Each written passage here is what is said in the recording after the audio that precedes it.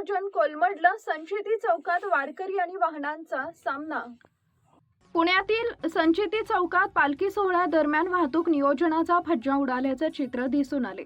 दोन्ही बाजूंनी वाहतूक सुरू ठेवल्यामुळे वारकऱ्यांना वाहनाच्या गर्दीतून वाट काढत पुढे जावे लागते.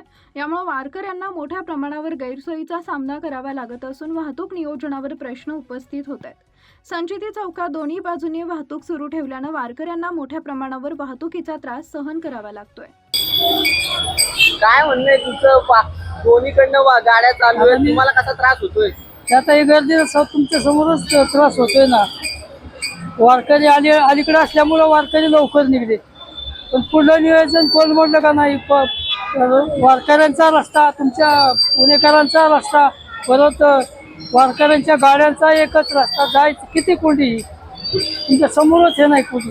मग आता नियोजन कोलमडलं नाही ते काय तुम्हाला त्रास होतो का त्याचा? किती त्रास. आता किती एक तास उभी दिंडी, एक तास गाडी, एक तास हे महानगरपालिकेची गाडी कोणीच झाली नाही.